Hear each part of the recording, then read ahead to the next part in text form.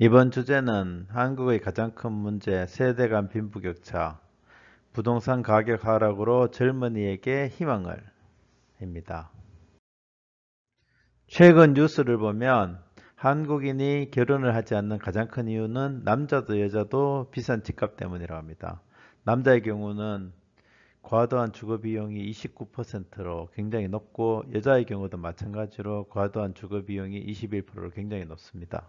즉, 과도한 주거 비용이 결혼을 하지 않는 가장 큰 이유 중에 하나입니다. 주거 비용이 얼마나 부담이 되는지는 2018년 뉴스를 보면 알 수가 있는데 직장인이 집을 사려면 자그마치 25년 동안 돈을 모아야 된다고 합니다. 이러한 막대한 주거 비용의 부작용으로 최악의 저출산을 줄 수가 있습니다.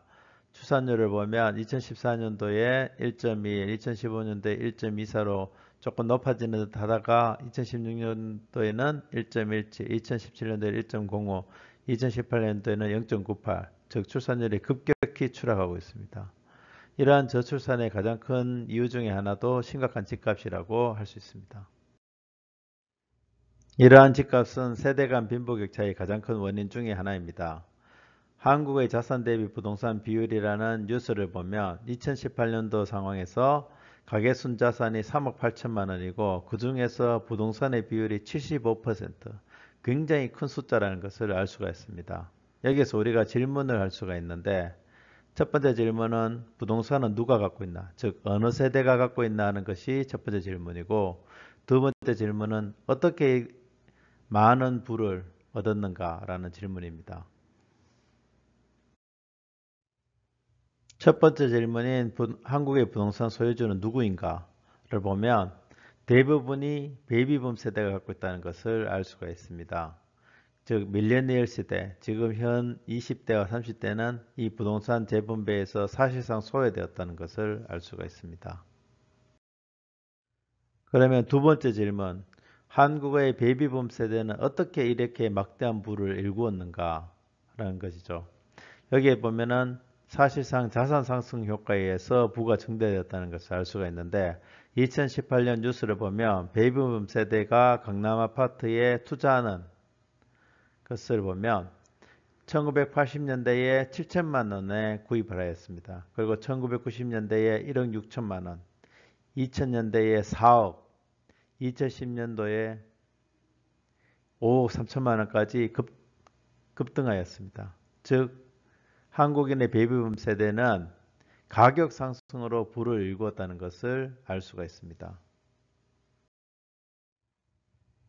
그래서 요약을 하면 베이비붐 세대의 자산은 임금과 저축에 의한 효과보다는 불로소득, 즉 부동산 가격 급등이 핵심이라는 것을 알 수가 있습니다.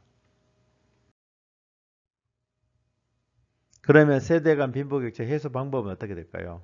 즉 임금이나 저축에 의한 효과보다는 결국 불로소득이 핵심이니까 불로소득, 즉 부동산 가격 하락이 핵심이 된다는 것을 알 수가 있습니다. 부동산 가격 하락의 장점에 대해서 얘기를 하면 첫 번째는 극심한 세대 간 빈부격차가 해소됩니다.